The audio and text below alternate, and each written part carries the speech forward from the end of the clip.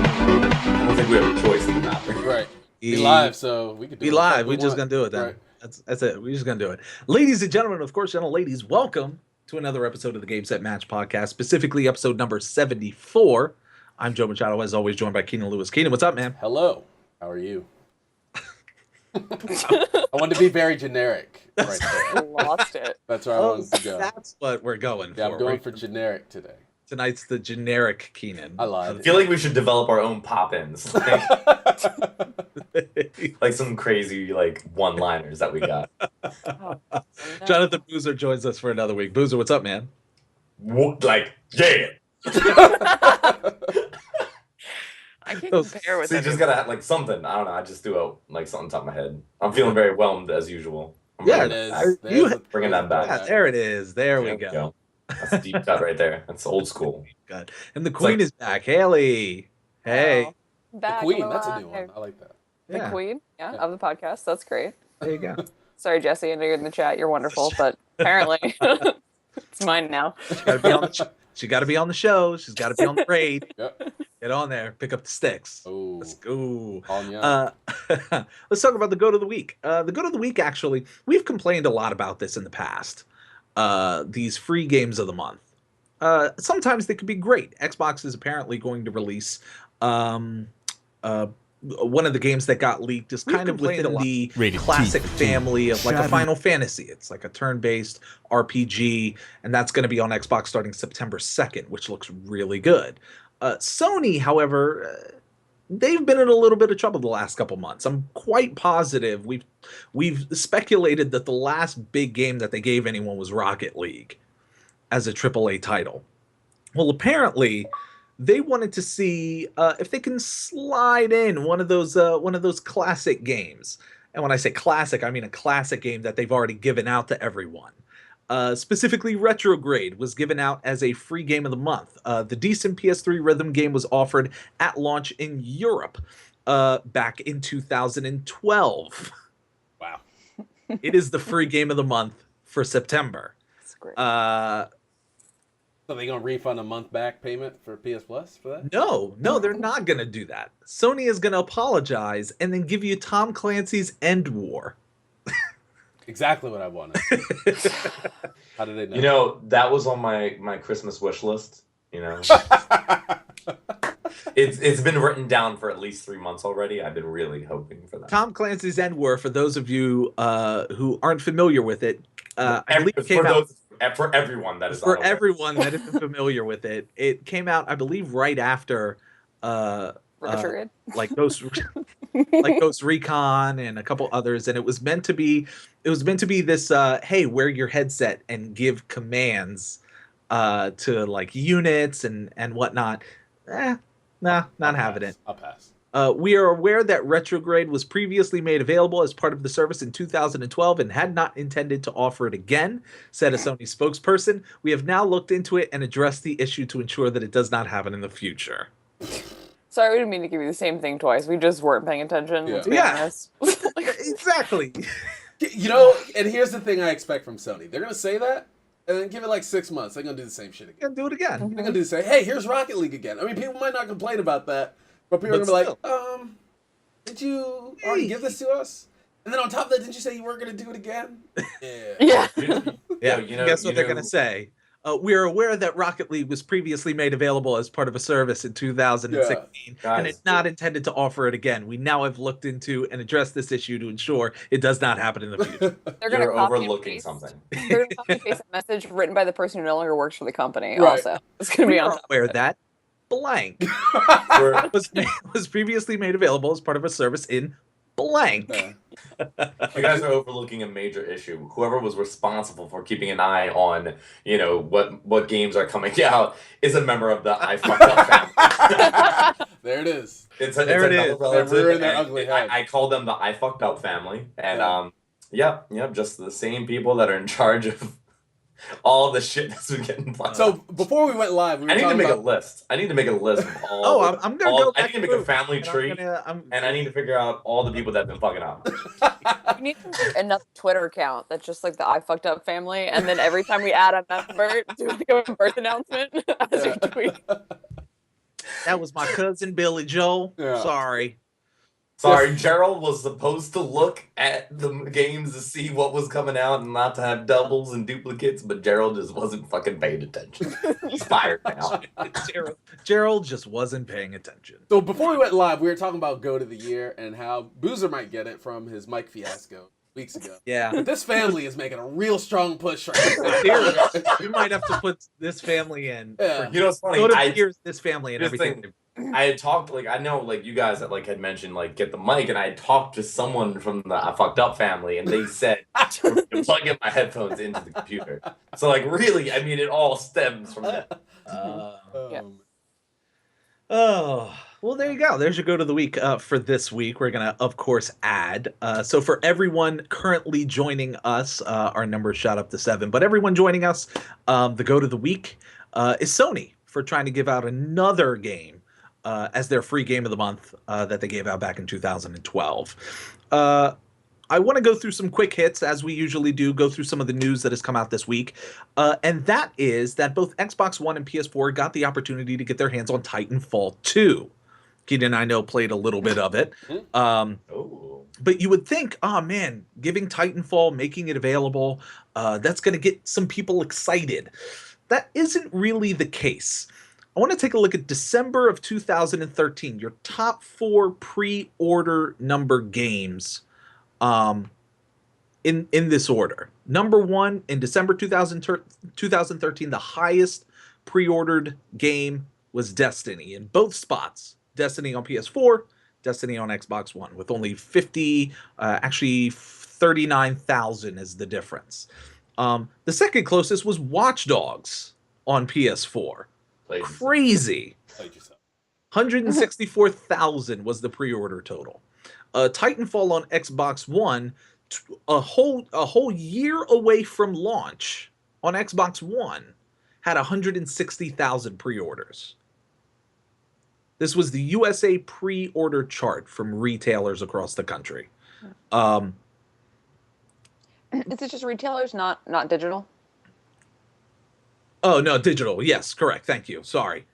The reason I want to point it out, though, is that if you look at the numbers in the same time period when Titanfall 2 is coming out, the same time frame that we are expecting Titanfall 2 to hit the shelves, they have only garnished 19,000 pre-orders on a single platform.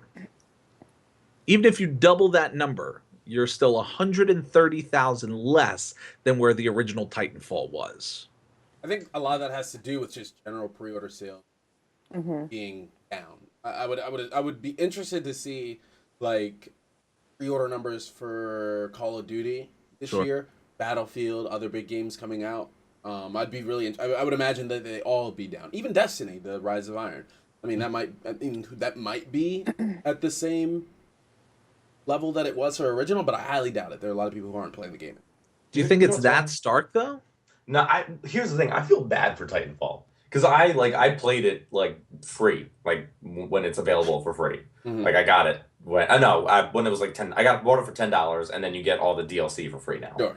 So I bought it for like $10 used, and like I enjoyed it. Like I just recently I played it maybe like 4 months ago, and I was playing it, and I played it for a couple weeks, and I put it back down. But like I enjoyed the game. It's actually pretty fun, but like.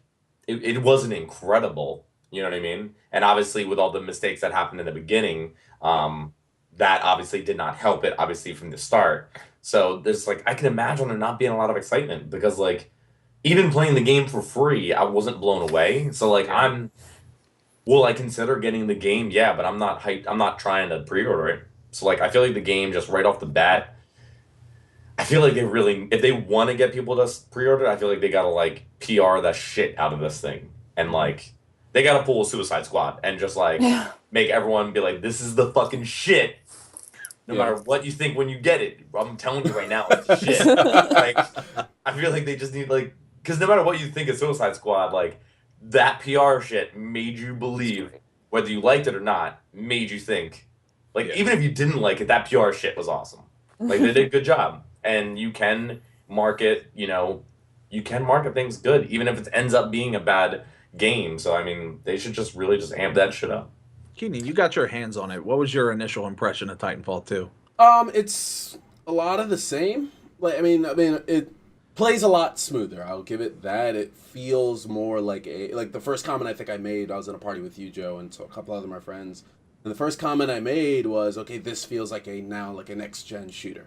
Like from playing Titanfall, it felt like okay, this game. It's you were still kind of in that area of okay, this is an Xbox 360 kind of Xbox One gray area game.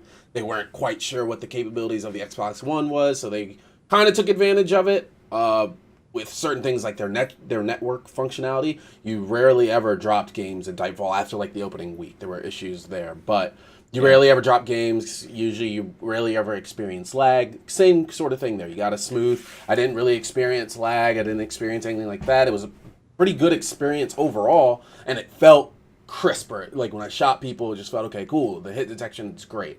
Whereas some of it was faster. Huh? The mechs seem faster. Yeah, quicker. definitely. The variety is there. Last where you only had 3 mechs to choose from, and it really didn't. My biggest issue with it, year one, was that you had 3 mechs, but they didn't really feel a whole lot different. Other than the guns that they had. Like they still systematically did the same thing. These mechs felt different. The powers were different. You had everyone had their melee ability, but then they had like this, what would typically be like a grenade button or something, but it was some sort of ability that the mech had. Like the one I used was like he slammed the ground and it sent this like solar flare across the ground and damaged anybody in the way. So I mean, it was a pretty good game, but I think it's gonna fall to the victim of Call of Duty Battlefield. It's coming out at a bad time for a game like this that I feel like it's going to be overshadowed because it feels like a lot of at the end of Titanfall they kind of got it together and Titanfall ultimately was a really good game, but it was just a little too late. Yep. And I think and that's now, the sad part. Yeah, this is going to be a really good game, but it's going to be like the Tomb Raider type thing, where you could potentially have I'm not going to say it's going to be Game of the Year, but you can potentially have a really good game on your hands, but not a lot of people are going to get their hands on it because there's so many other things. They're going to try out other things. Yeah. Yeah. Well, EA is projecting that they would like to hit 10 million copies sold. So good luck to Respawn. That's wishful thinking. Yeah. Good luck to Respawn because that's a steep number. Yeah. To ask for a game like that. So nonetheless, let's get to technically what would be considered some breaking news. That was filed a little earlier today, about 4 hours ago. Apparently, there's a PlayStation 4 that's out on an auction site being leaked, specifically what some people are calling the PS4 Slim. So I'm going to read this directly from the Kotaku website.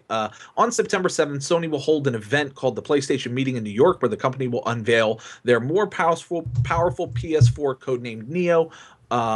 A good guess would be that they plan to announce the PS4 Slim as well. There are a couple photos that went up with the auction to kind of distinctly put together what this PS4 would look like. Some of these photos include the ports that are included, specifically a port that the PlayStation VR connects, VR power box, I guess, connects to, so that if you buy a PlayStation VR, you can play it on your regular PS4. It also includes the packaging. The packaging just says PS4 on the box. That's pretty much it. It's a 500 gigabyte, but it's a completely different design. It has round edges and physical buttons, and all the ports on the back. I don't know what the validity of this is, but real quick, PS4 Slim, does that interest you? Just as a consumer in general, does that interest you at all? What's the difference? I mean, if it's slimmer, is that the difference? I mean, the console's already kind of small as it is. I know you never really ever heard someone complain about how big or bulky the PS4 is. So if slimmer is the only thing, you lost me. Well, let's assume that we're taking the same benefits as the Xbox One S, and we're going to attach those to the PS4 Slim. So you're saying a little bit better graphical upgrade? Saying, yeah, 4K, slightly better graphical upgrade, and the ability to run VR, even though they're saying that the regular PlayStation 4 with the VR power box will be able to run VR. I still feel like my PlayStation is fine. I wouldn't go out and buy another one. Also, too, because the with Sony and their proprietary Blu-ray and all that fun stuff, they already have better graphics. So if you're telling me that it's gonna have a little bit better graphics, my TV can't handle that. So I'm not gonna pay for it. I ain't got that 4K yet. Bro. Here's an interesting question that I've been thinking. Xbox during their conference was talking about how they're trying to create this family of consoles. We're going to talk about the Scorpio a little later on. But this family of consoles, your Xbox One, your Xbox One S, and this eventual Scorpio are all going to be within this family of consoles. Why would you buy an Xbox One non-slim? $50 cheaper? Yeah. Affordability? Yeah. I don't know. This is making Kotaku is making it seem, and again, this article is pure speculation, but Kotaku is making it seem that the packaging insinuates that this is going to be a direct replacement of the PS4. And that's fine, but then I don't know. The problem I have with it's like making it, if you market it that way, you're making it seem like this is better. Like if it's not better in any way, it's a slap in the face to say, okay, we're going to release this slim and then sell it for more than what a current PS4 goes for. Because you know they're going to. They're going to bring it out and they're going to say, okay, if PS4s are going for what, $350 now retail? All right, this is going to be $400 probably. And I have a problem with you selling something at $400 if it's the same exact thing and the only thing that you get is it's slimmer and that's it. And I think what they have to do is they have to kind of do what Xbox did and say, okay, here is a slim model with, you know, whether it be graphical upgrades or storage. I think storage could be a price point you can increase. All right, great. You have everything's already 500 gigabytes. Give them a 2 terabyte model or a terabyte model, and then go from there. Interesting. Well, isn't this what they kind of did with the PS3 too? When we had the original PS3 that had backwards compatibility, and then had the overheating issue. Yeah. So they came out with the second gen PS3, and then they came out with the Slim that kind of replaced it, that had the buttons and the. Yeah. So it feels exactly like they did last time. Kinda, sorta. Yeah. Except this one just doesn't make sense because Because if you're telling me you're getting ready to announce your power box on September 7th, assuming that that's the case, why? right, and that's what we were talking about when you brought this up to me. It immediately made me think. Okay, and I said last week that part of the rumor, or we talked about, okay, they're going to be announcing this September 7th. Do you realistically think they're going to then turn around and release this console in a month? And if this leak is somewhat true, tends to be true, it makes a whole lot more sense that this is the console they're going to be announcing September 7th. Hey, here's our PS4 Slim. Go get it with VR on October 14th. And then next year, you're going to get your PS4 Neo or 4K or whatever the hell they want to call it. Yeah. The only other thing is, like, unless it's cost efficient for them to be manufacturing in a different way. That's the only other thing that I can think of. Maybe. I don't know. But anyway, this is really fresh. There's not even talk of price point or anything. It doesn't even look like the system was purchased in the US. It does have the PlayStation logo at the bottom of the system, which is something. It's the same guy that paid $1,300 for No Man's Sky. It's the same dude? Same dude. Oh, is it? Man. I don't know. I'm just I was speculating. gonna say, how's this dude getting his stuff? Like, where is he getting all these fucking plugs? Yeah, Plot I don't twist, know. it's that guy who bought the Wu-Tang album. It's like, Oh. it's just all the same guy. See, the picture's being painted just a little This more. dude's just going around being like, I got money, I'll do anything to get it early. Yeah. Yeah. He just has this, there's this condition where you're just like, I need it early. Give it a little early. Eat it. Yeah. I need to see it. Well, either way. You know, and sorry, Go before ahead. we move on, it No, just go ahead. hit me as I was looking at the chat, and Hippie the Goat brought up something about Gears of War for Xbox Slim. It's supposed to be 1 terabyte, I think. And it made me think, I saw for some reason, I knew it was happening, but they're making an Elite controller, kind of to switch subjects, but kind of on the same Along the thing. same So, lines. yeah, follow me here. So, they have the Gears of War console, and they're making a Gears of War limited edition Elite controller. Now, Elite controller currently goes for about $135. I bought one a couple weeks ago because mine broke. I bought another one. It's like butter. $135 for it. The Gears of War one is $450. $199. Jesus. And I'm like, why? It's the same damn controller with a paint job on it. You're telling me that paint job is worth $70? Yeah. Nah, bruh. Come on. Nah. Like, no, that is I don't think ridiculous. so. Wait, is that what you're? Then what are you not getting? Are you just getting a regular red controller? I don't know. Because I pre-ordered the 2 terabyte and it's $450. I don't know what's coming with the shows, I don't know it what's shows a coming red in that controller in. I'm about to look at Oh man, you about to get that? Yeah. I don't know what's coming with the Super I already console. pre-ordered it. I'm about to get that super generic red controller. Yeah. But yeah, I just found that baffling. Like, why are you like, it's the same controller. There's nothing different with it. So it has a Gears of War paint job on it. And it has the D-pad with, the specific weapons you can have on it. But like that, to me, that's not worth $70 extra. Like, go buy a regular Elite controller and I'll be fine. That D-pad doesn't even apply to all the other games. That just applies to Gears of War. Right. That's it. Well, nonetheless, like I said, the news is fresh. So I'm sure we're going to hear more in the days and weeks leading up to September 7th about this potential PS4 Slim. I want to switch gears real quick to Tekken 7. I know we don't talk about a lot of stuff very often, but I wanted to talk about Katsuhiro Harada, who says that cultural differences ought to be respected with the characters that he creates. And I thought it would be an interesting topic to bring up to everybody here. In a recent interview with Eurogamer, the game creator said that his critics failed to appreciate cultural differences. He said that depictions of women in swimsuits are no different to dressing up for the holidays. I don't know what that means, but okay. What holidays he celebrating? The swimsuits was a good example. He said, people who don't even play the game, they maybe just hear that there are swimsuits in it and they say, whoa, you have these girls in sexy swimwear. What's wrong with you? You're such a male chauvinist. But what they don't know is that it started off in the arcade and it's a season line like you do for Christmas, Halloween, or whatever. It's not just the women. Robots have them, Kuma, Panda. The male characters have swimwear as well. It's not like we're trying to sexualize the female characters at all, but they don't go and look for that info before they criticize, so it's pretty frustrating. Harada has faced criticism back in 2014 when he revealed a character called Lucky Chloe, a cat girl style J-pop fan who wears lingerie and a tutu.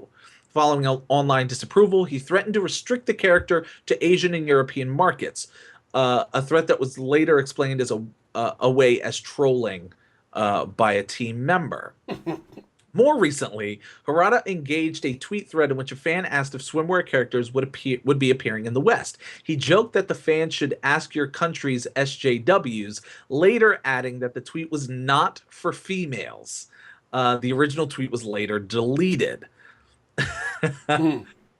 One thing that's perhaps scary about some of these ill-formed criticisms is that you have a character called Ganryu, added Harada. He's a sumo wrestler, but to someone who doesn't know sumo, they might just say, there's a guy in his underwear. That's inappropriate.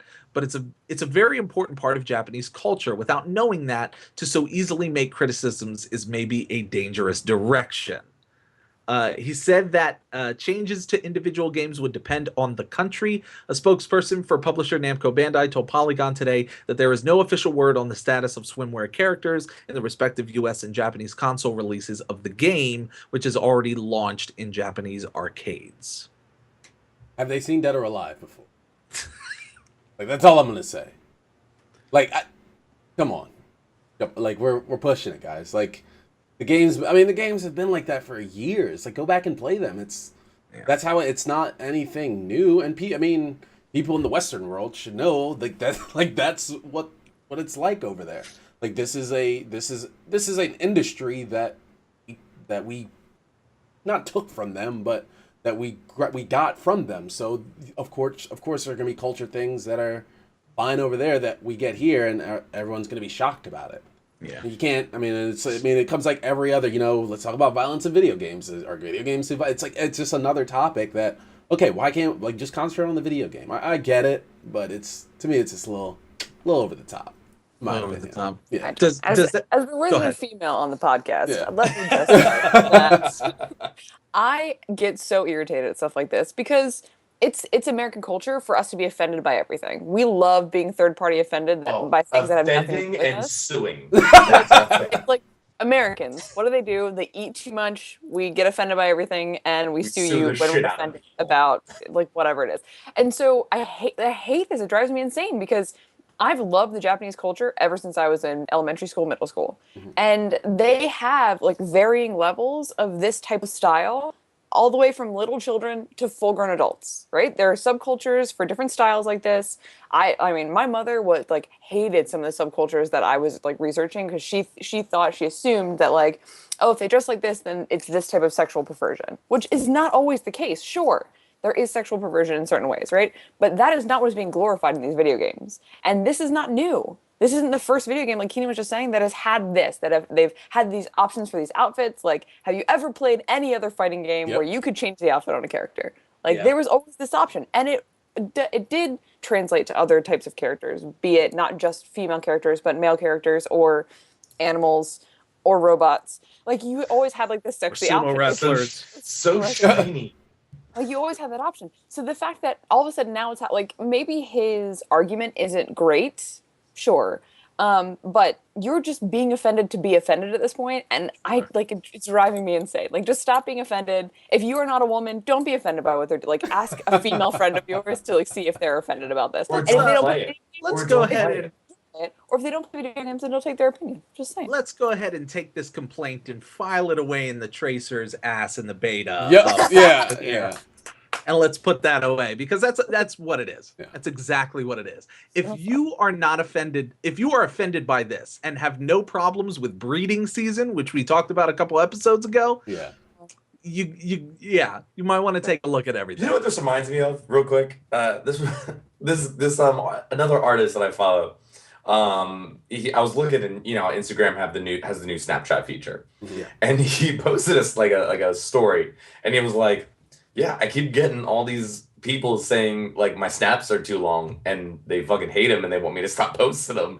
And he's like, "Just don't fucking watch it. Just, like, you have one easy job. Like, if you don't like it, you don't have to watch it. Like, you literally have to go out of your way to watch someone's story. Like, it's not like it just pops up on your feed. Right. Like, you have to tap on it in the top corner of your screen." And I'm just like, you don't like it. Just avoid it. Yeah. My thing is with this game, like, if that's what you're concentrating on, your game better be perfect when it comes out. Because if y'all spending resources worrying about what people are wearing, and you got to make statements about it, and your server is shit, or something else is broken, game is garbage. But yeah, you need to concentrate your resources somewhere else. Don't worry about what people are wearing. You can put someone naked out there for all I give a fuck. The game better be damn near perfect. It better be game of the year if you got time to make statements about this shit. Wait, why am I having a brain fart? What's the Saints Row? You can basically make your Oh character my god. booty naked. You can, Guess what? You can change the color of that bathing Saints Row suit was to flesh fun as colored, shit. and that So- basically look booty naked. Saints Row was fun as shit. So Saints Row let that dildo that. Like, what kind of fucking game does that? Yeah. Like, come on, just a weird game, and it's just stupid and fun to play. Yeah. All right.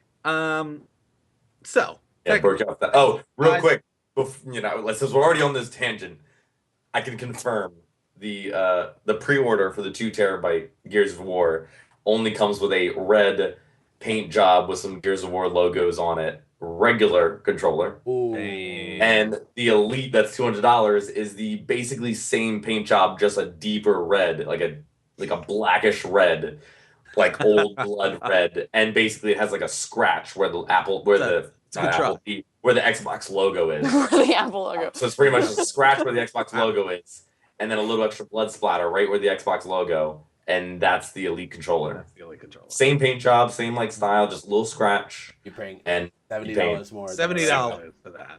Have fun with that. Well, speaking of spending money, be careful on what you spend your money for. That damn right, I'm broke. Don't put your credit card on Sony PlayStation Network. Yeah, don't put your credit card in the never PlayStation stopped. Network. Learn that the hard way. Don't be careful which controller you get with your console. And apparently, if you really, really, really, really, really love a specific game, be careful which edition you buy. Final Fantasy 15's $270 Ultimate Collector's Edition will not include the Season Pass. Played yourself.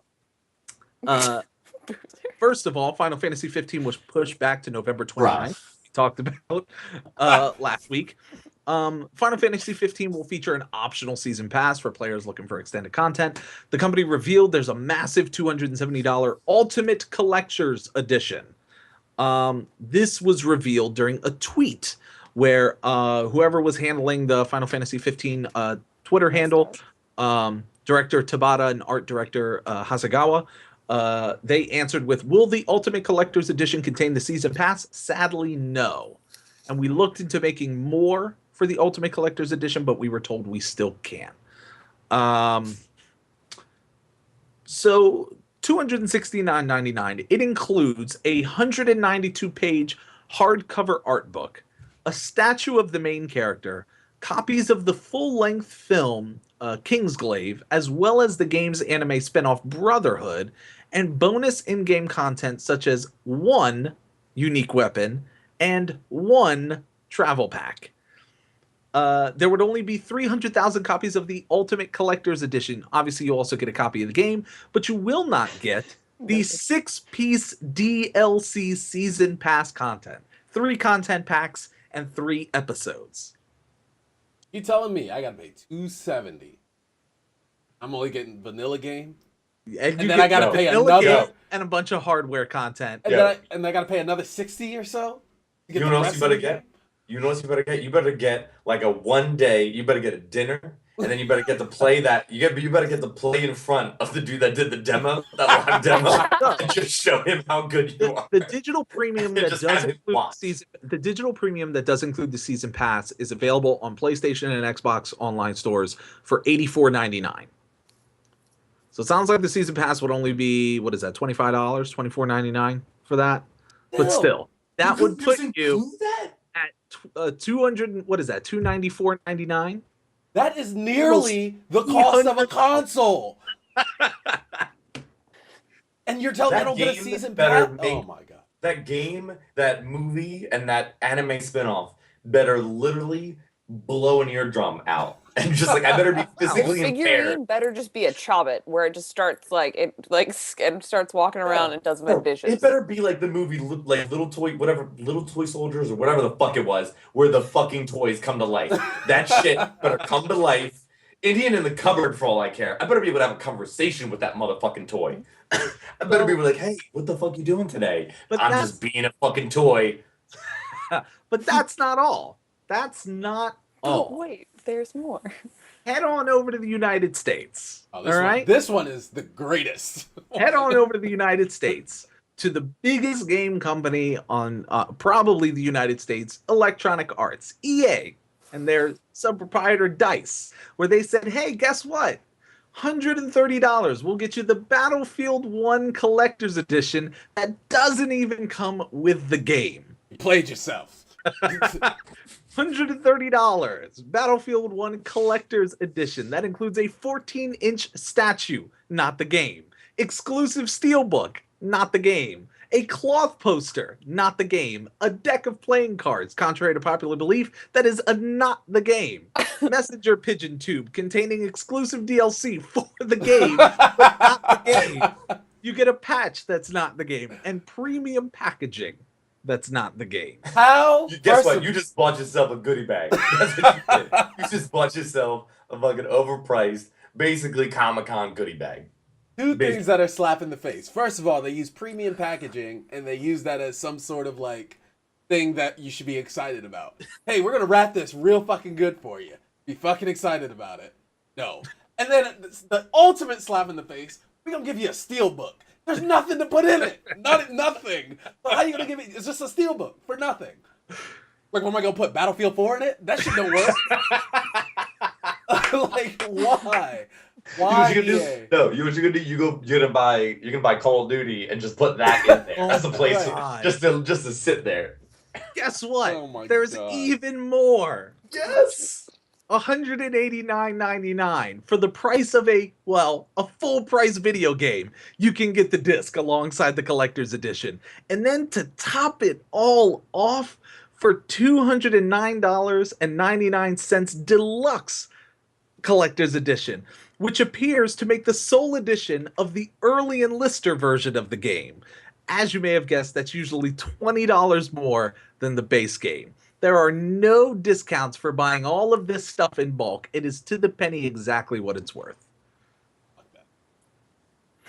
And I expect that y'all from play EA. yourself. That's the sad part, is I expect that. Dude, I'm just thinking back to like when. Plus shipping. I'm just thinking back of like when I got Plus like the shipping. Mass Effect, like Mass Effect 2 Collector's Edition. Like I'm just thinking back to that. I remember I got like I think I paid like maybe $110. I'm not even sure. I don't even know what the retail price at the time was. But I remember I got like a collector's guide basically laying out like all the missions and things that I can do if I want to refer to it and stuff like that. I remember getting the DLCs for it. So this like the season pass. I remember getting inside you got like all this like you got a mini art book. Like you literally I got so much fucking shit and the packaging was great. The steel book is dope. Like I got all that stuff for like $110 and I got the game. Got the fucking game. Yeah, about that. So there you go. I don't know if this is going to be a brand new trend. I don't know if this This seems like a trend. But So like what was it, 3 weeks ago, 4 weeks ago, we were talking about how like the culture around pre-orders has like really slumped, and we were talking about it a little bit earlier in this episode and how we're not really pre-ordering things. Gaming industry is now shooting us in the foot again with saying, hey, we're going to make really cool stuff for you, but it's not going to be that cool and it's not going to be worth anything. So like you are taking my trust right now. You've already thrown it on the floor and stomped on it a couple times. Now you're pouring acid on it. Yeah. Like, what? Now I just don't want to buy games from you guys anymore. I just want to wait until they're all on discount. They're never going to be free on PlayStation. That's what I have right now. And clearly they don't give away free stuff on PlayStation. Maybe it'll be twice. Even though I They'll pay give you for the it same monthly thing at over this and point. over on PlayStation. Like, jeez a whiz. write Because it down right now. Go to the year Battlefront's Collector's Edition with the steel book. Yeah. It does not have a game inside of it. That's crazy. And they haven't what even it come. should They have? haven't. The funny thing is, they haven't even come back on it, like saying, "Oh, No. it's like a misprint." No, No. This has been out. They're promoting Yes, it. this story has been out for 3 weeks, and they They're like, literally "You haven't said, getting "Oh, that's like." merchandise. That's all you get in is some merchandise." The bunch of Steelbook stuff should to have put the up. soundtrack for the game in it. Oh my It god! should do. For $120, the steelbook should be like a Christmas card that I open up and then play the soundtrack. That's what it should do. It's for Great. self-defense. You can smack people with it. Oh, okay, fair enough. Hey, Let's talk about Wait, we're- can I we're- mention something real quick? Yeah. I just remember like, because like you know how Assassin's Creed just like overall just hasn't been doing phenomenal. It's just been getting by. And I remember like when I like steelbooks. I think like the cool packaging is like I just like it. I like the aesthetic. And I remember what was it? With Connor. What was that? that's Creed 4 Assassin's Creed. 4? No, that was or 3. 3. Sorry, 3. So Assassin's Creed 3. Yeah, After American Revolution. Yeah. Yep. So like I went to a GameStop and they're just like, "Do you want this steelbook?" It was like an empty steelbook, but like it was like when you're pre-ordering it, and like he was like, "Do you want this?" And I was like, "I gotta pay money for it." And he's like, "No, we're just giving them out." And I'm like, "Sure." Is there Like, is there a game? Just, in it? like, no, there was no game. In it. It's just like I pre-ordered it, and they were Oh, just yeah. like, we have like empty steelbooks, and they're like, "This is like one of 2 left," and I was like, "I'm just giving them away." And he's like, "Yeah." There's no reason behind it. They were just like, "This is the fucking game." Like, All right, whatever. it's just a weird situation, but they just like handing them out. Whatever. Yeah, like do you. But at least I didn't have to spend money on it. All right. At And- $140. I want to, as we transition, I want to focus on 3 companies. 3 companies that are having to manage the media. 3 companies that are reacting in different ways to different things. One company is reacting to the potential, I don't want to say revival, but continuation of a series. Another company is trying to defend the ownership of what they have, and the final company is trying to defend their control over a product. So if we're starting about the launch, let's start with Konami. Konami released a trailer to announce Metal Gear Survive, the continuation of the Metal Gear franchise now that Hideo Kojima has parted ways with the company and started his own company. So they released a trailer for Metal Gear Survive, portraying it as a I guess like a 4-player co-op that takes place after the events of Metal Gear Solid Ground Zeroes. And it has to do with wormholes and like I guess zombie-ish kind of stuff. What? Who? Like, someone should have just approved vacation. Like, just go on vacation. Why are y'all making games? Like, you had this whole messy thing with Kojima, like Metal Gear Solid 5, Phantom Pain. Say what you want about it. People were disappointed. Like, your hardcore fans weren't super excited about it. It didn't come out to stellar reviews. You had the whole falling out. You're in the news. Like, just take a break, man. Like, take a break. We don't need you in the news for like another year. Like, go do something. And then you release this, and then it just doesn't look good. And no one's really excited for it. And nobody asked for this because there's all these other there's Call of Duty zombies that people play. Like, and nobody asked for that. Like, just stop. Like, why? Why, Konami? Just sit down and relax for an hour. Like, just sit on your laurels for Phantom Pain for a little bit. Whatever you have from it. Like, you don't need this game. I saw a picture of someone posted the logo, and they just put like in like scratch writing next to Survive, Metal Gear trying to survive. Yeah. So I Really want to just fly through some of these excerpts in which Konami brand manager Richard Jones is describing the game, describing kind of what's coming up. In the trailer, Survive is set after the events of Ground Zeroes. The mother base that had been built up during the Peace Walker storyline gets sabotaged from within and destroyed. That all collapses into the sea. Boss and Miller manage to escape, and they go off and have a few adventures, which obviously we all know from the Phantom Pain. First of all, that statement is just like, yeah, we don't really want to talk about Phantom Pain because it's someone else's game. Specifically Kojima's game. So he slyfully just goes, oh yeah, they just have a bunch of adventures.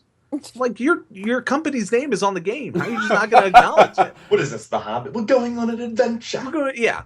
Unfortunately, not all of the Mother Base staff get off alive, and some of them are stranded. But before anything else untimely happens, they end up being pulled through a wormhole. So an unexplained wormhole opens up and pulls the staff, parts of Mother Base, and other items and all sorts through. When your soldier wakes up there in a desert landscape, a very forbidding, foreboding, alien-looking landscape with lots of twisted wreckage, you'll find half-formed, half-destroyed structures and all kinds of interesting stuff there. Konami's brand manager, like, I feel like he's just like glossing over stuff. I don't know if it's just me, but he's just like, yeah, there's like a alien-looking landscape with a bunch of twisted wreckage and lots of things, falling out the wormhole. There's like half-formed, destroyed. You'll find all kinds of interesting stuff there. It's like he's going over the storyboard without realizing he's just going over the storyboard before the game's made. You're just like, oh, okay, wreckage. Okay, that seems cool. Yeah. Oh, we're releasing this. Okay, yeah, just this takes the cake. I thought this game was done, but obviously Metal Gear is well known for its stealth. That is primarily what makes Metal Gear. There is stealth in it.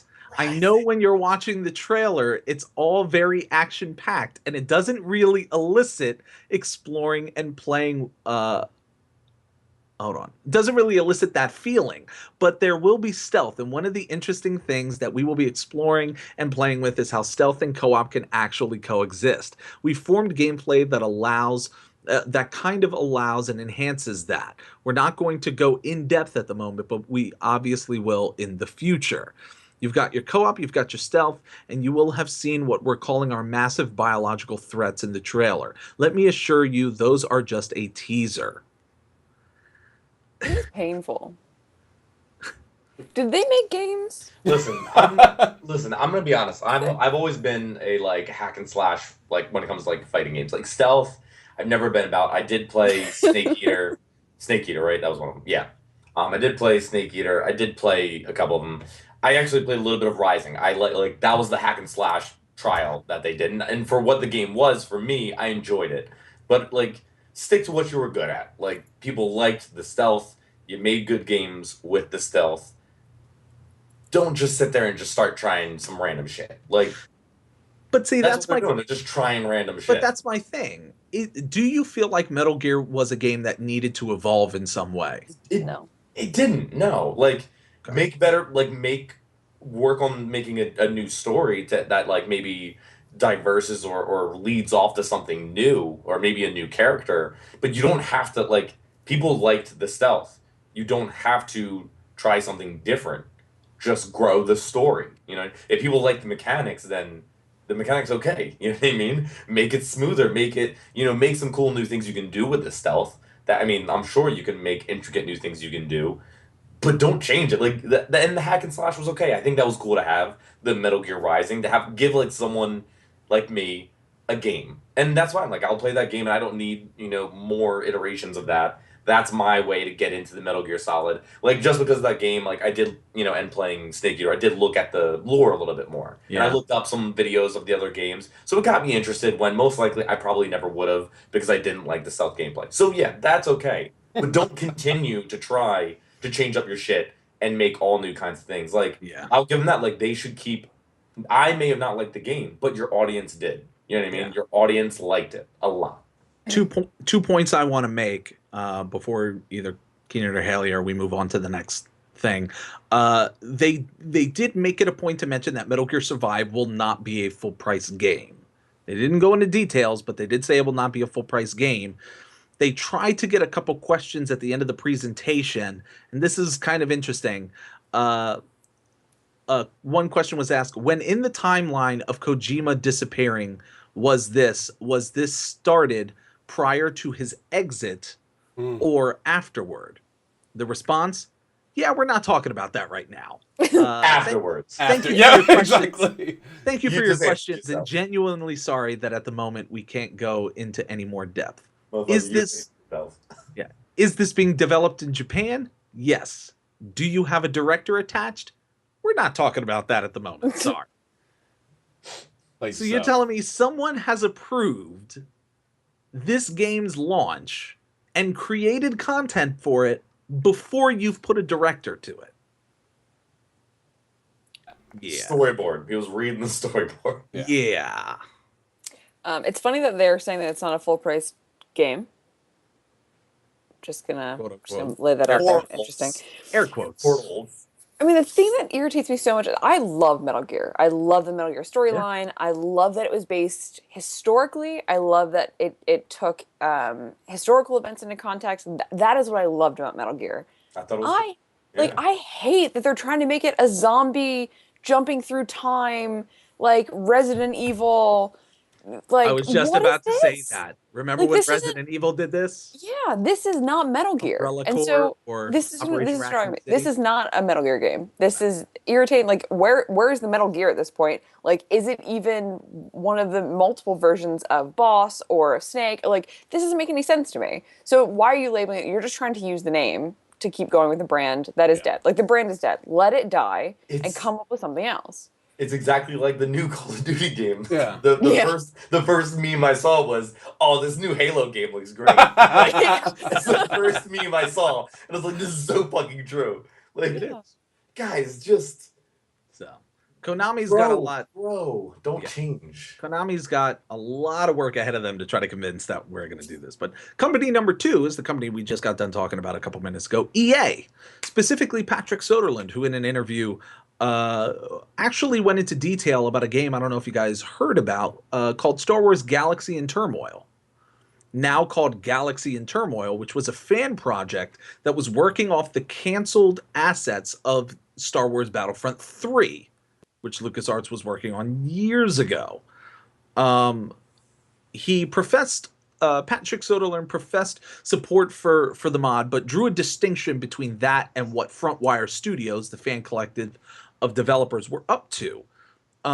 Fan-made works are not surprising. They usually show up on like mod channels or YouTube and stuff like that.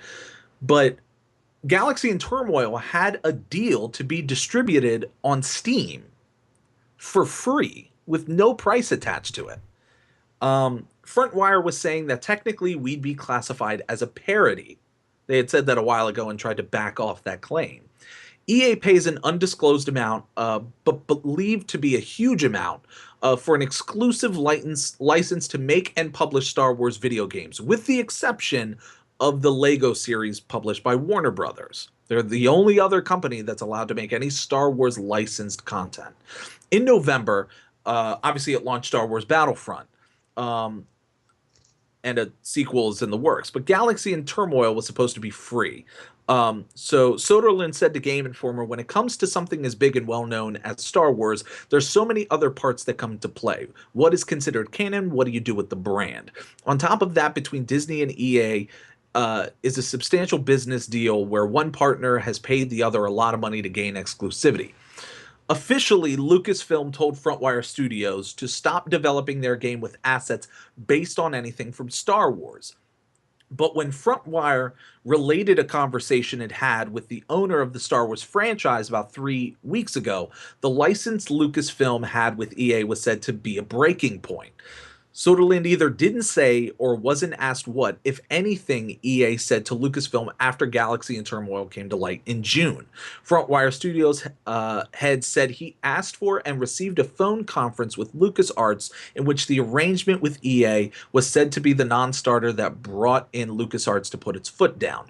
Galaxy and Turmoil will proceed as a generic science fiction shooter without using anything from the Star Wars universe. They plan to develop a multiplayer shooter evoking the gameplay from the first Battlefront that includes supporting up to 64 players and release it free over Steam. Soderlund recalled his own start in development, noting that Battlefield 1942 came about because we were playing a lot of Doom at the time. Modders' passion should not be chilled by any company. The difference is Galaxy and Turmoil was not a mod, but a work from scratch. So I find it interesting that this big company and this small company are both working. A small company, which is a collective of just a bunch of different developers that have been shut down in that way. What do you guys think about what EA has done in this situation, or how EA is reacting to it? It's a dick move because, like, essentially, you can pretty much make anything for free, as long as it's for free, because you're not profiting off of it. So you have that, like, on your side when it comes to the law. However, the only way around it, which I'm sure EA would push, is if you do anything for free, but it in any way, shape, or form, like, defames or defamates the brand. And I'm sure they would probably say that, using assets and, it could damage the story or the characters or make people think wrongly or be confused about any games that we might try to make in the future. So that's the probably bullshit that they would fight. And honestly, would they really have a strong case? No. But do they have the money to basically bog that in the legal wheelhouse forever and put, the smaller company out of business? Yeah, like that's pretty much, it's pretty much like, what is it?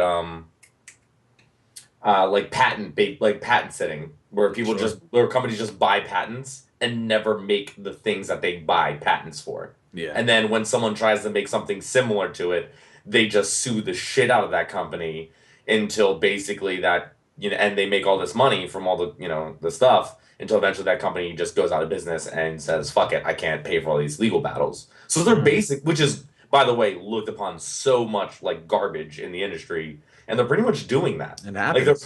they pretty much in a sense bought a property and they're sitting on it and saying, even if you want to do it for free, you can't fucking do it, which to me is a dick move.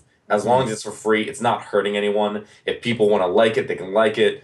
It doesn't have to, it doesn't have to hurt. It's not going to hurt your brand. It's not. Yeah. And they're going to argue that it will. It's EA being EA. I mean, they're going to try to cash in. I mean, honestly, they're going to say, okay, they'll shut it down, but let it have come out and it been this big hit.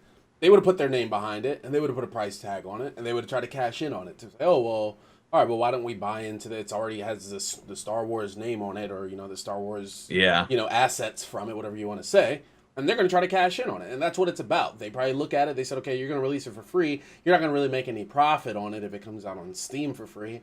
Why, then they're going to drop the hammer and say, we're not going to put our name to this. But let them have said, okay, we're going to do a crowdfunding or some GoFundMe or something like that, and it raises all this money and people want it, they'd put their name on it. Oh yeah. It's all about. I mean, it's what it always boils down to with them specifically. It's about the way they can make money on the consumer.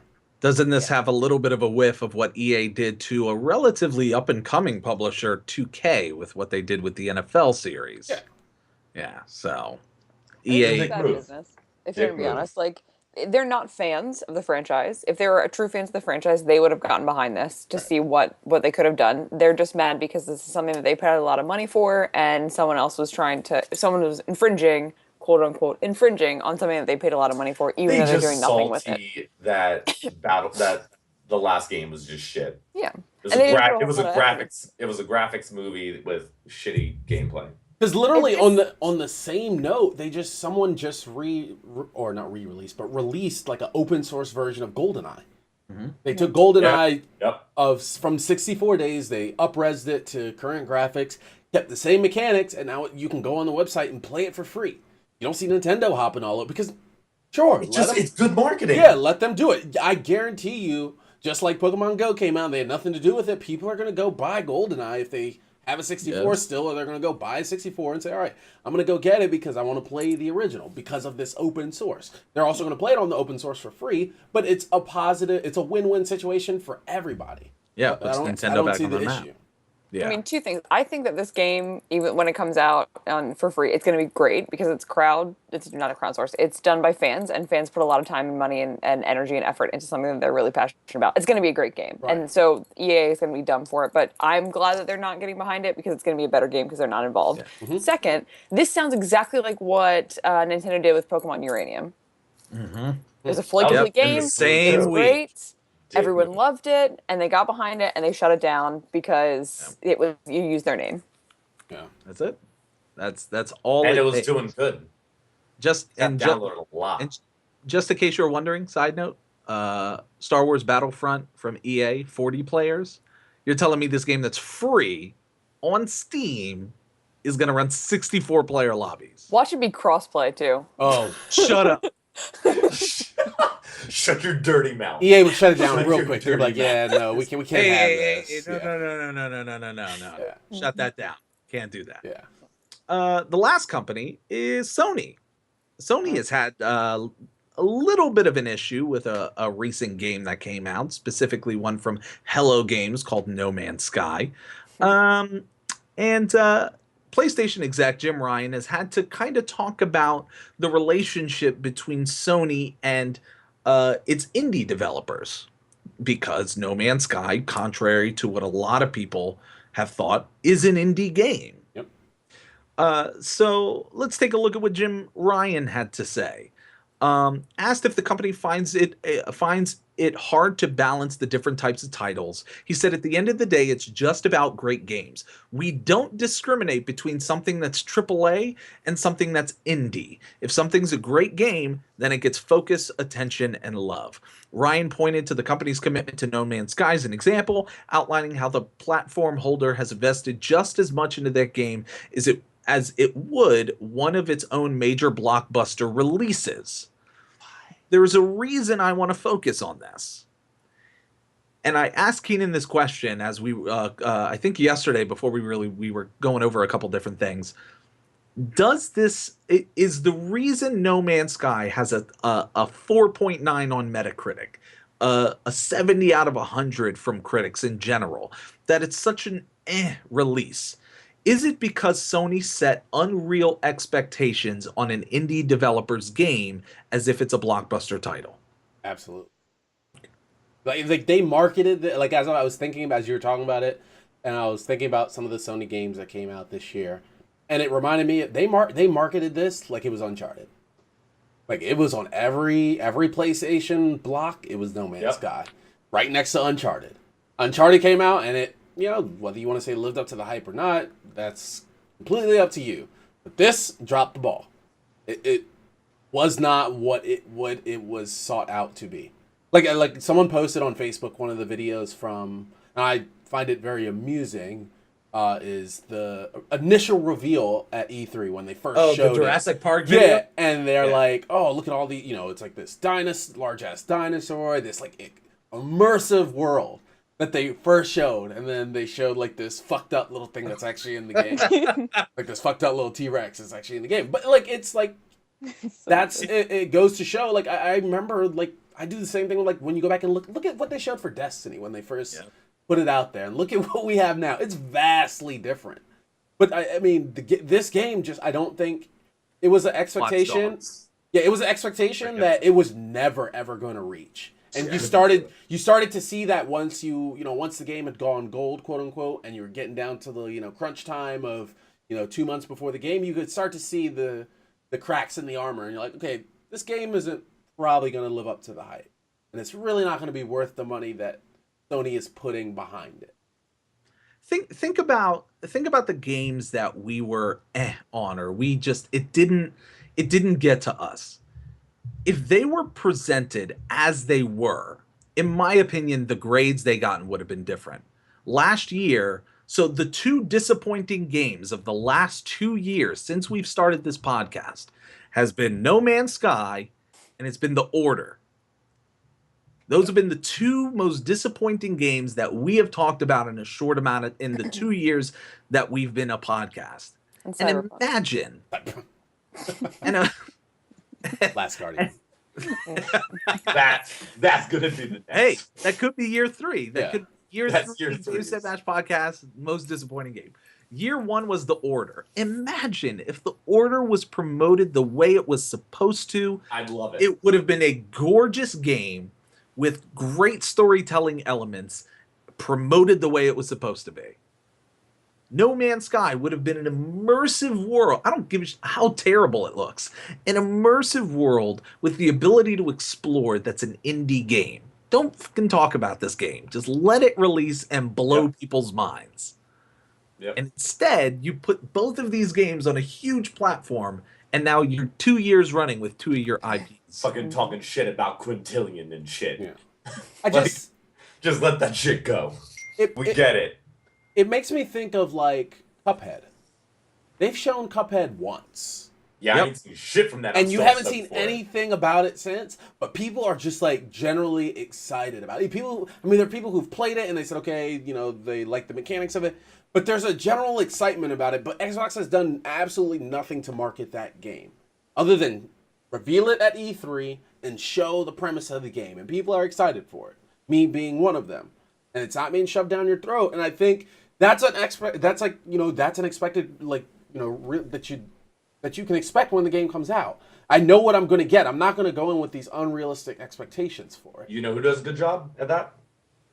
Injustice.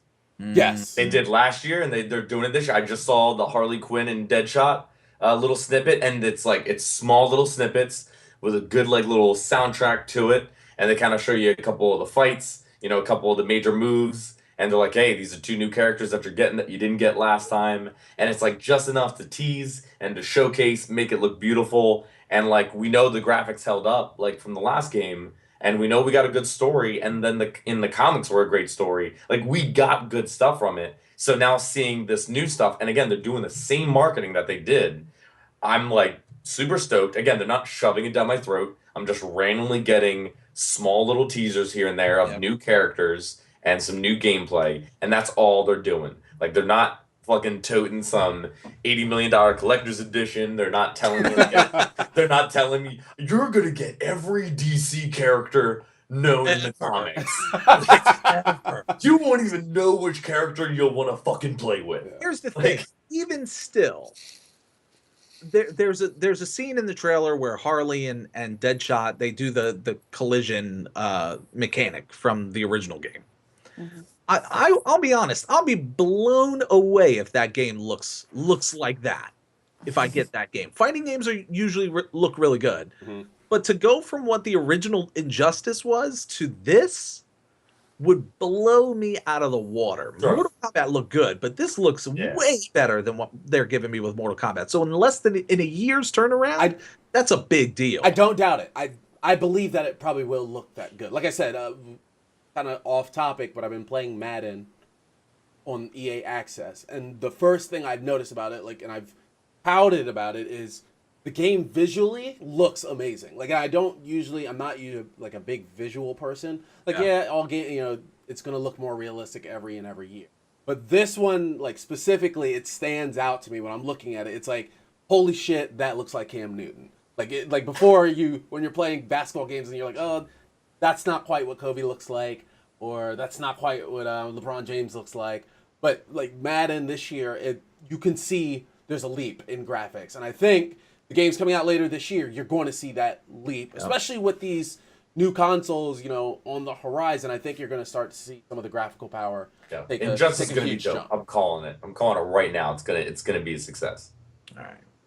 Well, either way, good luck to those three companies to try to handle a lot of that mess that they seem to be trying to handle. Our last discussion, our main discussion of the night, is an article from GameSpot. Are we unanimous in saying that the Xbox Scorpio, whatever it is going to be the direction we're going to lean in as players? Why not? I mean, for at least how it's toted right now. Okay. So you get it for $1,000 and you get no power cable or something with it. Like that. Yo, man, $1,000 for your Xbox Scorpio, no HDMI cable? Oh, I would be heated. Real Watch heated. the power converter in the S is installed, and the power converter is on a line that you have to buy separately for another $75 for the Scorpio. Yeah. Well, I keep my fingers crossed for Scorpio because I really want consoles to make a jump. If anyone can do it, I think Microsoft can do it. But I'm really waiting for consoles to make a jump. Why not? Like it's about time. So look further up. That's not a PC player. Like I'm just not. Yeah. So Albert Penello was on, as a family of podcasts and how we support podcasts and we love podcasts. The Inner Circle podcast is where he was on talking about the new Scorpio device, which launches next year. I'm going to read this directly from GameSpot's article. Microsoft is attempting to think beyond console generations. I know, Keenan, you've talked about this a lot, the idea of breaking down generations and how you're telling me this generation is going to be much shorter than the previous one. What is the benefit of it? Mm-hmm. While previous transitions, like the one from the 360 to the One, have been disruptive for developers and gamers alike, the move to Scorpio will be different. So Penello starts. You hear us talking about thinking beyond console generations. It's not the idea that you don't want to do consoles anymore or that there's not going to be more performance in the future with new systems. But if you go back and look at console generations, they're always super exciting when something new comes out, but they're super disruptive. First of all, I'm really excited that Penello apparently talks like a 16-year-old. Just super excited. They're really hard on developers because they have to learn how to program on these new machines, and they're really hard on customers, which I think developers forget. You have to give up a lot of stuff. The idea for Scorpio in the future is, can we smooth that out? Can this be more about a family? Can we think beyond? We're going to do this one and then stop and then start all over again. When the Xbox Scorpio, or whatever it ends up being called, is released, it will live alongside the Xbox One and the One S. Xbox Scorpio will be the most powerful console ever made, according to Microsoft. And the entire idea of offering systems with different specs is to give customers more choice. It's, quote, it's really easy for people to think there's just one customer for consoles and their reason for buying is identical across millions of people, but it's just not true. Going forward, people will be able to buy a console based on what's most important to them, be that price, performance, or other factors, the developer said. Whatever the case, you can't go wrong. Let me just bring up the last little excerpt here. Penello talks about supporting all manner of Xbox family devices. It's too soon to say if the Xbox One will be supported indefinitely, Penello said, and nothing has been decided. But Penello says you can look to the PC market for an example of what could happen. Their older systems are still supported years and years after release, though if you want the best experience, upgrading is the way to go. The same could be true for the console market. That's very interesting. And yeah, I hope I was it's a matter of time before gaming goes this way. I think there's always this, the gaming community, the joke of PC master race, and people are always talking about it, and they have this distinct advantage. They don't have to they don't have to pay for online. You get the highest quality, visual graphics that you're talking about. Sometimes games come out and they don't work, but you still have these powerful consoles, and I think it's always this downplay when you're looking at console games. You're taking a significant downgrade in terms of like just kind of quality, aesthetic quality of the games. So it's only a matter of time before they catch up. And then, like I said, if anybody can do it, it's Microsoft. I think. Can do it. And I think it's an interesting way to go. Why not give people the option to upgrade your system? Like I think I think in the gaming community, more people would be on board with console gaming if you said, here's the Scorpio, and this is the only console we're going to release for 15 years. But you can upgrade the memory when you want. If we come out with a new graphics card, make it very simple to upgrade that. Yep. Give them those types of things. I mean, it's like a computer. When these new graphic cards comes out, people go and pay hundreds of dollars for the graphics card. They install it on their computer, or they buy a whole new gaming computer and they make the other one. They interchange and swap in and out. And I think people would be more willing to buy a console of that nature if there's that longevity to it. Yeah. Like we said last week, if it turns into every 3 years, it's like, okay, here's XBOX Scorpio. And then a year and a half later, we're going to make a Scorpio 2 that's going to come out next year. People are going to fall off real quick. And they're going to be like, yeah, you know what? I don't want any part of this. And yeah, there is going to be a quote-unquote PC master race. Because it's just easier to adapt on that console. It's easier to get all the games. You can play any game you want. There's no exclusivity to it. Yeah. One of the things that I just thought about is that essentially what you're saying is if Xbox goes this route, I think there's something to be said about if you go to a PC gamer's library on Steam, not only is it full of games that they buy and that they love, but it's also full of games that they'll experiment with. They'll still spend money on it, but it's games that they'll, you know what, let's see. It's $20 on Green Man Gaming or on Kingwin or whatever. Sure. Let's see how it is. I feel like if you want to embrace this idea of bringing gamers into the fold and really giving them a home and a platform to have an amazing experience, if you're truly going to do this, you're going to say Xbox Scorpio is going to be out for 10, 15 years, and you can upgrade it to stay. You can still play these games, but you can upgrade it to a higher quality. I would be more willing to spend my money knowing that this console is going to last me a long time. If I've never bought Madden, I'd have no problem experimenting and buying Madden. Sure. Mm-hmm. I'd have no problem buying, one of the games that I bought recently was the Technomancer, a game from a company called Spiders. It's a $60 game. It's really, really, really average. It's probably worth $30. But if I know my Xbox Scorpio isn't going anywhere, I might be willing to experiment because I don't have to worry about what's coming. All I got to worry about is, hey, $100, $200 for the hardware to upgrade my stuff. Yeah, I got no problem with that.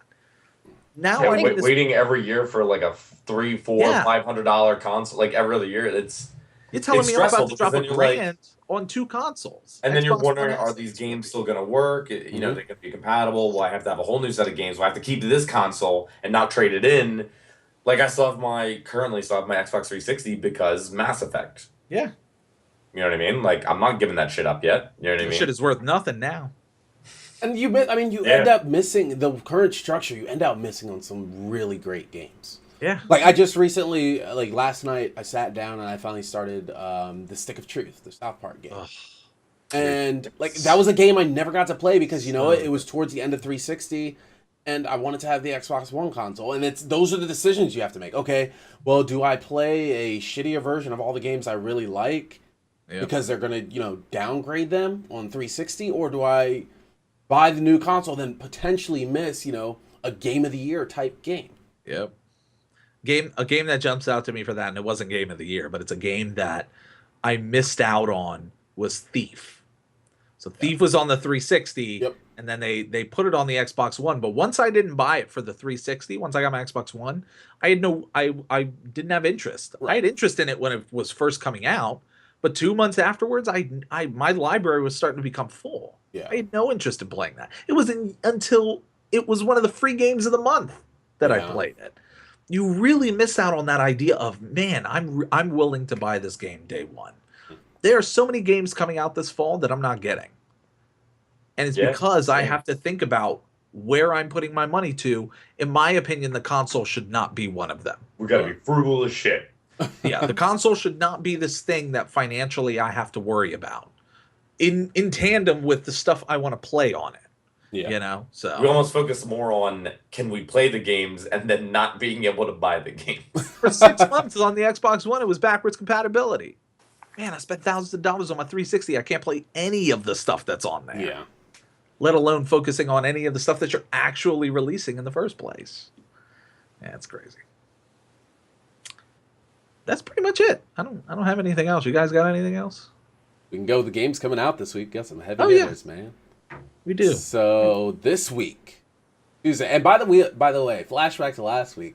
Looked it up. That Battleship game is a Battleship game. Like the board game Battleship. Literally, it's literally a Battleship game that came out for PS4. So we've had a. So it wasn't like a fake out where it was like the movie. Where No. It was a legit Battleship game for PS4.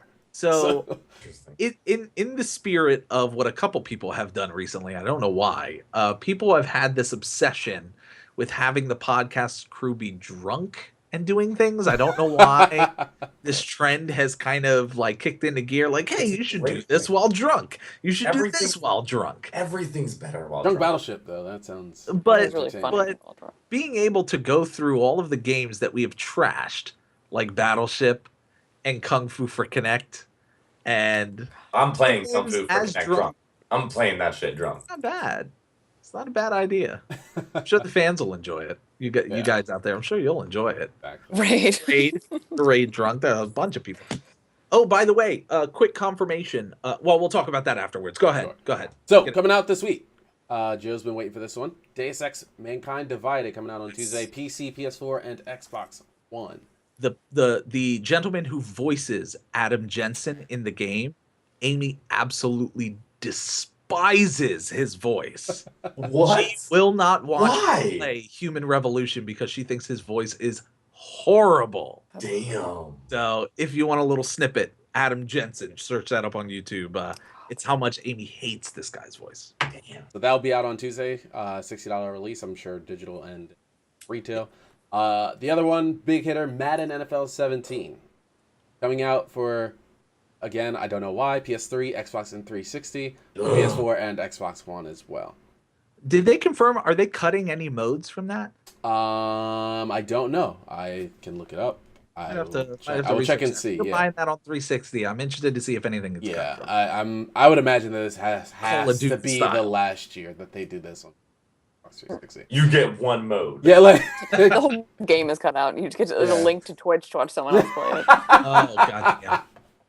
that would be Damn. EA. That would be That was EA for you. savage. EA Sports taking a page out of their, the parent company book right there. Yeah. So that'll be out Tuesday as well, along with King of Fighters for PS4. Inside coming out on PS4. Yeah. A lot of people like that. Yeah, a lot of people talking about that game. Worms WMD, I think the arcade game coming out on PS4. Yep. And then those are the only. I mean, there's some other games coming out later on in the week, but nothing as big. Those are the big ones. So still no Cuphead. Still no Cuphead. Still no Cyberpunk 20. Oh, this is No, cool. I should have scrolled down last week because apparently there is a little description about some of the bigger games. No Battleship on there. Yeah, I won't do Battleship, but we'll incorporate that into future games. Yeah, future games. Quick announcements for those of you who might have missed the show last week. We are going to be adjusting our days. We have seen a little bit of growth here on Sundays. We've kind of found a home here on Sundays since kind of we started.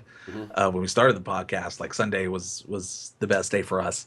But we're looking to grow. We're looking to reach a larger audience. We love the Twitch atmosphere. We love the chat vibe. And we still love iTunes. So we still wanna to go there as well. And then we're starting a YouTube platform as well. So essentially what it's going to look like for those of you guys watching, on Twitch, it will be Tuesdays. We will be moving from Sundays to Tuesday nights. I believe, did we land on... We did not land on a time yet. Okay, so we have not landed on a time TBD. Yet. Yeah, but Tuesdays is going to be the day that we will be live on Twitch in the hopes of not battling things like the NFL, not battling things like the finale of any of the gaming, competitions that are all over Twitch on Sundays. Or Sunday fun days for people. Or Sunday fun days for people who just don't come home after work. If you work on a Sunday, yeah, like no one here does. no. I just got off work. And all those things. We want to try to reach a larger audience. So Tuesdays at a determined time, but most likely it'll be Tuesday evenings. We will be live on Twitch. Yes. Tuesdays was the original release for the Game.Set.Match podcast on iTunes, our original home. That will now be pushed to Thursdays, but it will still be at 10 a.m. So at 10 a.m. on Thursdays, your iPhones or if you're using Overcast, the podcast app, or if you're using Podomatic or any podcasting app that you use, that will be updated on Thursdays at 10 a.m. You'll get the Game.Set.Match podcast. Any of the content, things like Happy Hour, couple episodes of the rundown, and of course the Game.Set.Match podcast.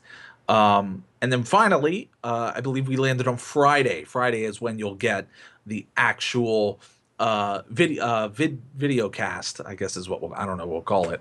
Vidcast. Because everything sounds better abbreviated. I don't know. But the vidcast we'll go with.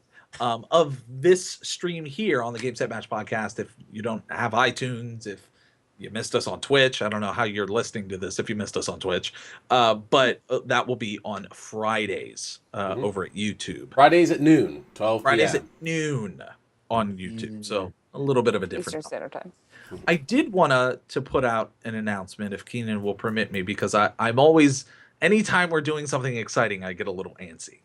I don't know what you're talking about. So. Specifically, the announcement that includes 6 individuals, technically 12 individuals. Sure. Yes. Can we talk about that? Yeah, it's not confirmed who the 12 individuals are yet. Okay. But sure. Okay. I can confirm at least. Well, obviously we can confirm the event. People, but I can confirm at least one person. Yes. One big person. I'm pretty excited to say. September 10th. Physically, I'm really excited about it. September 10th is going to be. We were thinking about doing something outside of a tournament that we're putting together. Something as like a competition to excite our fan base, for them to come and watch. We just didn't know what we wanted to do. And then this idea came up, I believe, Sports Center. Danny Reynolds, he was on a show in season 1 a long time ago. He's a good friend of ours. And he brought up this idea of doing a fantasy draft. We're kind of in the years of fantasy draft in sports. And how about we do a fantasy draft? Specifically, a fantasy draft of 12 players to do all 3 raids in one day. And so that's what we will be doing. Amazing. I'm so excited. We will be drafting 12 players, 6 on 6. My guess is one team will be Team Keenan, so that Keenan can stream on one page, and one team will be Team me, so that I can stream on another page. We'll combine them in one stream, and essentially have a timer to see how many we can complete out of the 3 raids and how fast we can do them in one day, to prepare for, of course, September 20th, Rise of Iron and Wrath of the Machine, that is meant to be released on the 23rd. The reason I want to discuss this is because there is one individual who has put his name into the pot as one person to be available, and that is GSM Crow. Oh, okay. Is making himself available. All right. That's amazing. Xbox. All right. So the stakes have gotten bumped up a little bit. Okay. We don't know who the team captains are going to be, but I'm really excited for this. I'm gonna need to know what character you main, what your light level is, your weapon of choice. And if you ain't got Galahorn, we ain't running. No, I'm just If you ain't I'm the level Vagabond. 53, level 53, you ain't a part of this team. yeah.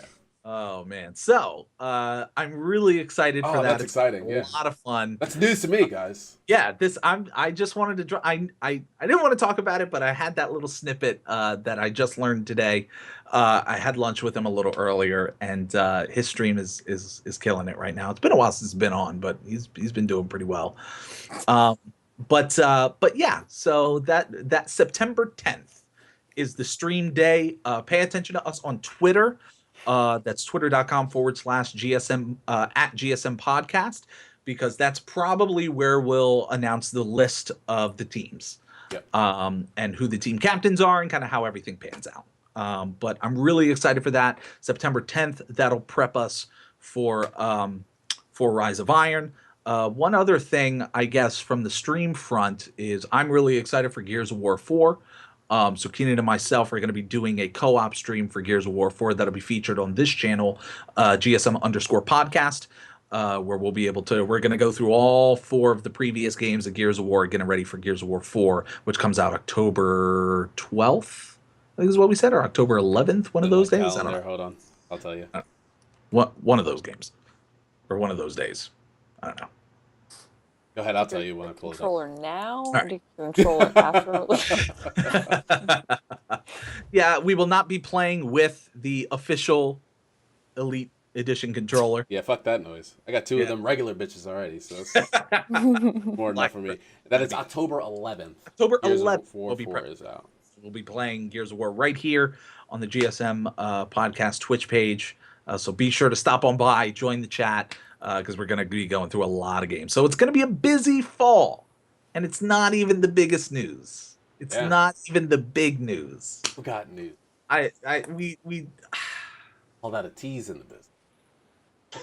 we've been teasing this shit for like 3.5 weeks. Yeah. Like 4 weeks. I think after, let's put a date on it. When When do we want to announce this? September, when we switch to Tuesdays, I think we'll be able to announce it. We gonna start Tuesday? Okay, we're gonna start first Tuesday So show. if you are on live on Twitch, be sure you tune in to our September 6th Tuesday episode, our first one on Tuesday. Yeah. There will be an announcement. There'll be a major announcement, which I'm excited about. But that's pretty much it for us. As always, you can catch me on Twitter at Diamond Jab. You can catch me on Twitch at Diamond Jab. And I will be helming the GSM Podcast Twitter handle and a couple other GSM Podcast social media sites as well. So you're more than welcome to come chat with me on any of those platforms. Keenan, where can they find you, man? What are you doing this week? You can find me on twitch.tv/KJLewis25. I don't know what I'm doing. Well, no, I do know what I'm doing. Tomorrow I'll probably be playing. I've been really wanting to play Madden on stream. I had issues with it Friday or Thursday when it initially came out. There were issues with it, but I got it working. So I've just been kind of messing around with it. It's only the trial, so I haven't really streamed it. Not all the features are there, but some of the achievements haven't popped and all that good kind of stuff. I want to make sure the full game is there. So we'll probably hit that running Tuesday. Do some Ultimate Team where I don't spend money because I don't have the funds to do that. I'm not like everybody else that you see on YouTube and Twitch where they just got expendable cash to use on Ultimate Team. Hey, way to drop that transparency. There are some YouTube streamers that haven't done that. Yeah. Way to put that transparency out at the beginning.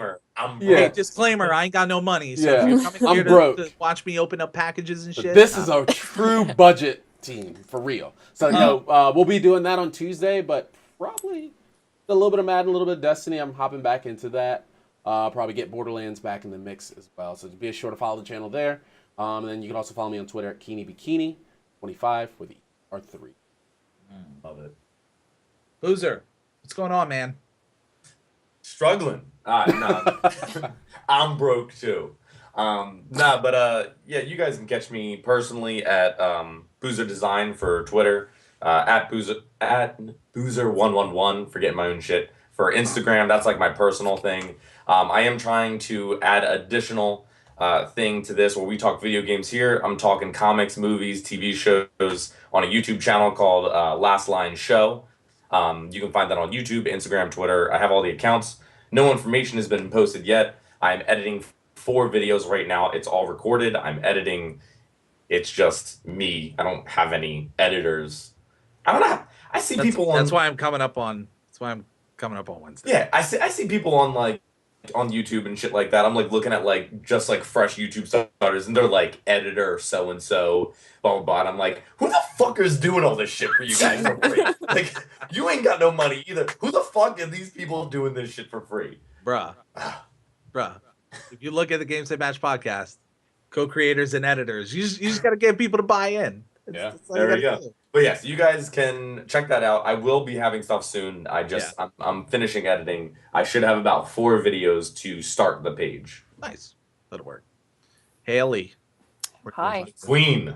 I need to. Oh, We You need need a your shirt. crown. We need to get your crown now. Yeah. I'm just gonna Yeah. rip this out of my head. You gotta have a That's gonna be crown great. now. I need to have a crown. I need to change all of my just titles to queen now. It's gonna be great. You can find me at Haley Fallon for Twitter and Instagram, and Requiem Night here on Twitch. I'm actually getting back and doing some streaming. I took 3 weeks off from playing Destiny, so I'm coming back. Go check her out. I came back. I think the other night I streamed for like an hour or so, getting some PvP done. Very frustrating. There's nothing more frustrating than being sorted into high rank matches when you haven't played for 3 weeks. Tell me You about just it. get destroyed. But I'm feeling a little bit better, so you'll probably see me this week. Just a heads up when you go there. There is foul language. Viewer discretion is advised. Just a little bit, yeah. Just a little bit of I think that. that's with any of our streams. That is with any of our streams, but Haley's is it's almost personal. I gotta. Just a little Almost bit. personal Haley, how I aggressive. gotta take a look. I haven't watched any of your streams, but I definitely need to. You should definitely. The other day we were playing against this guy. His gamer tag was Dustin something, and I just kept coming, "Come here, Dustin, you little shit!" And I kept trying to. It was great. It was a lot of fun. Can you imagine me and Haley streaming at the same time? The motherfucking language that would be. Ooh. It sounds fantastic. That'd be real intense. You're gonna have to call that the explicit team. Yeah. It'd be the 2 of you. Ladies, yeah, write that down. That's The mine. explicit team. Copyrighted. Uh, Copyrighted.